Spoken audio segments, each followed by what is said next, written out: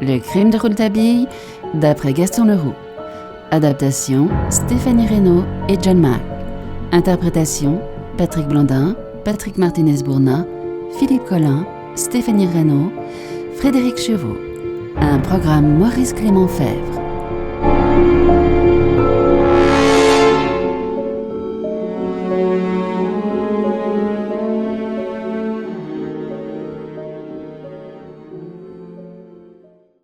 Et puis cette femme dit sans doute la vérité. Elle fait des ménages en ville et est rarement chez elle. Thérèse avait une clé et entrait dans cette maison, en sortait comme elle voulait. Au fait, cette personne, Madame Merlin, était absente au moment du drame, et elle n'a pu donner aucun renseignement. Comment connais-tu les détails du drame ?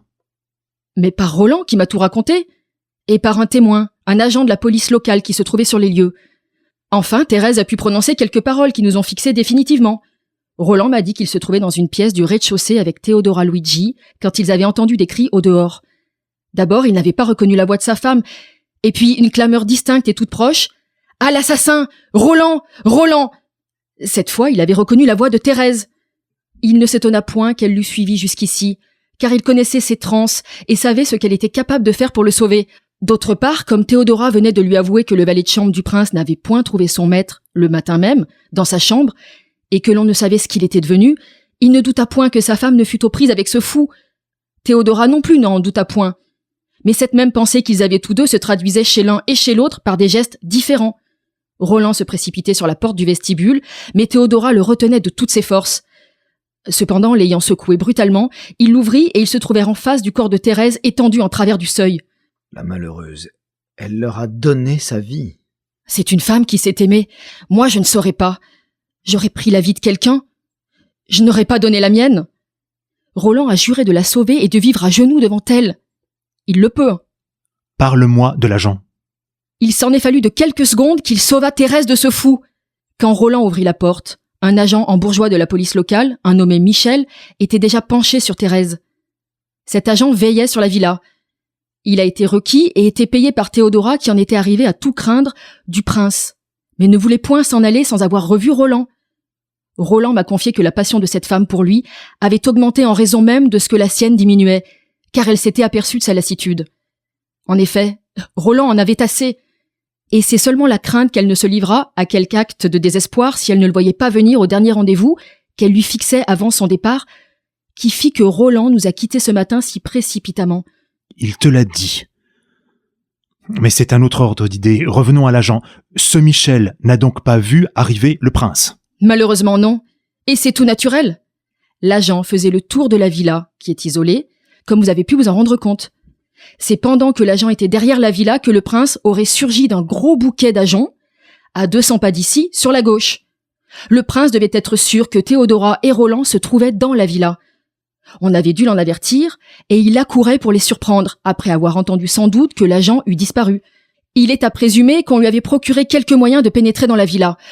Peut-être obéissait-il simplement, dans son état de fièvre, à un mouvement spontané qui le jetait contre ces murs qui cachaient les amours de sa maîtresse. Ce qu'il y a de certain, hélas, c'est qu'un affreux besoin de massacre l'agitait. Le malheur voulut que Thérèse, qui venait d'arriver, eût vu le prince sortir de ses ajoncs et courir à la villa. Elle se jeta devant lui, s'accrocha à lui, poussa des cris et l'autre, fou de rage, a tiré. Vous pensez bien que Thérèse ne s'est même pas défendue. Il faut la connaître. Elle a dû goûter à une joie surhumaine à être frappée ainsi. Et si elle a crié, ce n'était point pour elle, soyez-en assurés, mais pour avertir Roland du danger qu'il courait. Quelle tragédie. Après ? Au premier coup de revolver, l'agent s'est précipité. Il allait tourner l'angle de la maison, sur la façade, quand le second coup retentit. Car il y eut un certain temps entre le premier et le second coup, et l'agent arriva juste pour voir Thérèse s'écrouler contre la porte. Pendant ce temps, le prince, après avoir abattu Thérèse, et se rendant compte sans doute de l'horreur de son acte, jetait son revolver. Qui l'a ramassé, ce revolver ? L'agent. Comment est-il, ce revolver ? C'est une solide petite arme de poche, de modèle courant. Le prince, après l'avoir jeté, s'enfuit en contournant l'angle de la villa. Non pour se cacher, vraisemblablement, mais pour arriver plus vite à la fin de ses tourments, au suicide du haut de la falaise. Quant à l'agent, n'ayant pas vu le meurtrier, il ne s'est occupé d'abord que de cette femme ensanglantée qui lui tombait presque dans les bras. C'est à ce moment que la porte s'ouvrit et que Roland et Théodora apparurent. Vous voyez la scène. Roland fut d'abord comme un fou.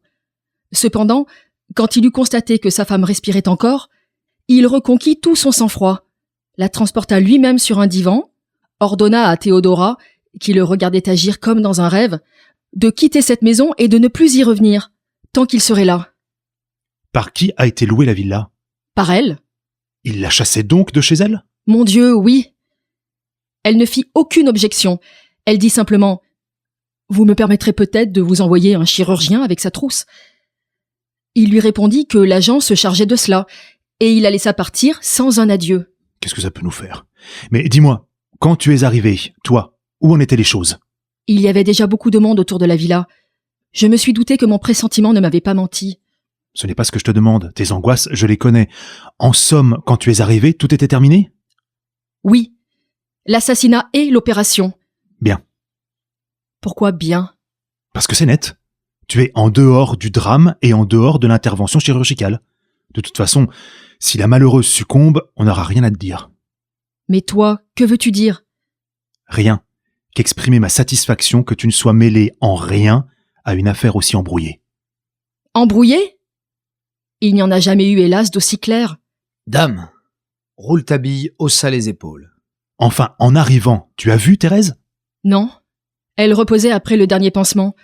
On lui avait fait une piqûre. Alors tu as vu Roland? Évidemment. Comme on peut voir la statue du désespoir ou du remords. D'abord, je n'ai pas pu lui tirer un mot. Puis, peu à peu, j'ai tout appris. À la fin, il pleurait comme un enfant. Il m'a dit de bien belles choses sur Thérèse. Et l'enquête?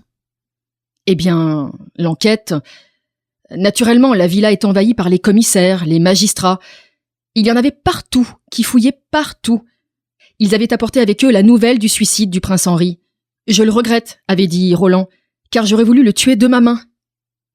Ah, autant que possible, point de scandale, avait répondu le commissaire central. Tout le monde aura à y gagner. Le drame, quoi que tu en dises, paraissait tellement simple que l'enquête la plus sommaire pourrait dès lors le résumer. Elle fut encore plus rapide qu'on ne pouvait l'espérer, et c'est tout juste si le commissaire central posa, dans le particulier, si l'on peut dire, 2 ou 3 questions à Thérèse, qui avait retrouvé sa pleine connaissance, et qui confirma qu'elle s'était trouvée en présence d'Henri II. « Il était fou !» a-t-elle dit. « Je ne lui en veux pas. » À la suite de quoi le commissaire eut une longue conversation avec Roland, et je crois bien que l'on est en train de s'entendre pour bâtir de toutes pièces un accident. Ces messieurs de la police et du parquet, qui sont enfermés en ce moment dans une pièce du 1er étage, y travaillent. C'est à souhaiter qu'ils réussissent, même pour les boulangers. Surtout pour les boulangers. Pouvons-nous voir Thérèse? Ivana nous quitta quelques minutes, puis revint nous chercher et nous fûmes introduits auprès de Madame Boulanger. Je vous avoue que j'attendais ce moment-là avec la plus grande impatience qui se doublait de la plus profonde angoisse. Depuis près d'une demi-heure, malgré tout l'intérêt du récit d'Ivana, je brûlais de me retrouver en face de cette grande figure de martyr auprès de laquelle je voyais tous les autres, et moi-même si petit. Mais il en était, ce jour-là, avec Rouletabille, comme toujours. Il fallait attendre qu'il eût fini de mettre à leur place dans sa tête une série de petits détails insignifiants en apparence, avant qu'on eût le droit de reporter son attention sur des objets capitaux. Que de fois avait-il ainsi excité notre impatience dont il n'avait cure? Cependant, c'était ce système qui lui permettait de se présenter devant les auteurs principaux du drame, avec des armes que nul ne lui soupçonnait, et de remporter sur le mensonge de certains ou sur la niaiserie générale des victoires sensationnelles. Je savais tout cela, et que ce n'était pas une vaine curiosité qui lui faisait souvent poser des questions qu'à première vue on pouvait juger oiseuses. Mais dans cette affaire, qui apparaissait claire comme le jour, j'imaginais facilement que mon ami, en continuant d'agir comme pour toutes les autres, était victime de sa propre routine, et j'avoue qu'il se diminuait à mes yeux, d'autant plus que ces questions dont il pressait Ivana paraissaient avoir pour point de départ, peut-être sans qu'il s'en doutât, un sentiment de jalousie que je jugeais bien intempestif. Enfin, nous pénétrons dans la pièce où Roland veillait cette femme à laquelle il avait fait tant de mal et qui venait de lui donner son sang. C'est un spectacle que je n'oublierai jamais. La pauvre femme, allongé sur un drap que l'on avait jeté sur un divan, était enveloppée jusqu'au cou dans un grand peignoir blanc, et assurément, elle était plus blanche que son peignoir. À genoux devant elle et retenant sa main dans les siennes, Roland Boulanger pleurait. Thérèse tourna vers nous des yeux admirablement vivants et que semblait habiter une espérance céleste. Malgré la défense qui lui était faite de parler, elle nous dit dans un souffle : « Pourquoi pleure-t-il ? C'est le plus beau jour de ma vie. » Nous ne pûmes retenir nos larmes et, sur un signe de Roland, nous sortîmes. 2 heures plus tard, alors que nous nous trouvions chez Tortoni, où Rouletabille et moi nous avions retenu des chambres, l'inspecteur de la sûreté que nous avions trouvé à notre arrivée à Sainte-Adresse, M. Tamar, vint chercher Rouletabille de la part du commissaire central. Voici ce qui se passa au commissariat. Les reporters locaux s'y trouvaient déjà réunis et Rouletabille y vit aussi le petit Ramel du Dramatica. Le commissaire fit alors à ces messieurs de la presse une communication qui pourrait à peu près se résumer en ces termes. « Messieurs, 2 événements regrettables se sont produits aujourd'hui qui ont donné naissance aux bruits les plus fantaisistes.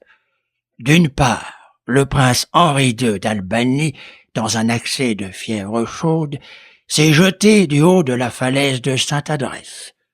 D'autre part, un accident survenu vers la même heure sur les hauteurs de Sainte-Adresse a profondément affligé une honorable famille, celle du célèbre professeur Roland Boulanger. Monsieur et Madame Boulanger visitaient des villas à louer sur la prière d'une amie de Paris qui avait dessein de venir passer le mois de septembre sur l'une de nos plages. J'ai nommé Madame de Lens. Vous voyez que je cite mes auteurs. Le malheur voulut que dans l'un de ces chalets, la Villa Fleurie, Madame Boulanger trouva sur un meuble un revolver qu'on y avait oublié. Elle voulut se rendre compte de son fonctionnement, savoir s'il était chargé ou non, et il arriva ce qui arrive trop souvent quand les armes à feu se trouvent entre des mains inexpérimentées. Le revolver partit et Madame Boulanger a été blessée.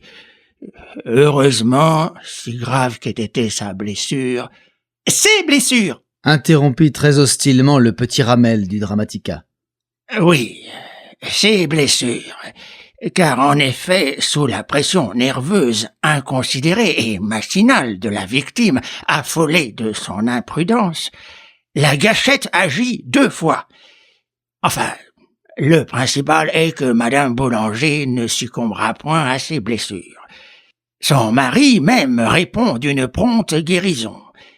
Déjà, ce soir, son état est à ce point satisfaisant que Madame Boulanger a pu nous donner tous les détails de l'accident. Je vous ai réunis ici, messieurs, qui représentez la presse, parce que je compte sur vous pour établir la vérité des faits, qui a été dénaturée par de méchants propos, de stupides racontards. La malheureuse coïncidence de ces 2 événements a été purement fortuite, et cela vous le direz. Vous devez la vérité à Madame Boulanger, qui vous la demande par ma bouche, et vous la devez aussi à la famille d'Albanie, qui entretient avec la France, vous ne l'oublierez pas, messieurs, les relations les plus amicales. Des murmures accueillirent, comme l'on pense bien, cette singulière déclaration qui était si peu en rapport avec les faits les plus évidents. Mais Rouletabille prit à son tour la parole. Mes chers camarades, ce que vient de nous dire monsieur le commissaire est de tout point exact. Je puis vous l'affirmer mieux que personne, moi qui ai entendu cet après-midi Madame Boulanger elle-même, et du reste, voici l'article que je vais téléphoner à mon journal. Là-dessus, il lut son article, qui était de tout point conforme au récit des événements tels que venait de le faire le commissaire. « C'est un coup monté !» s'écria le petit Ramel du Dramatica. « Monsieur, je vous serai obligé de dire à vos confrères que je ne vous connais pas, que nous nous sommes jamais rencontrés et que vous n'avez reçu de moi, ni des gens de mon service, aucune communication préalable. » J'en donne ma parole d'honneur. Les journalistes sortirent, Le petit Ramel ricanait, Tu nous prends vraiment pour des poires? et il lui montra l'article qu'il allait télégraphier à Dramatica. Le lendemain, nous nous jetâmes sur Dramatica, à l'arrivée du Rapide de Paris. Mais l'article n'y était pas.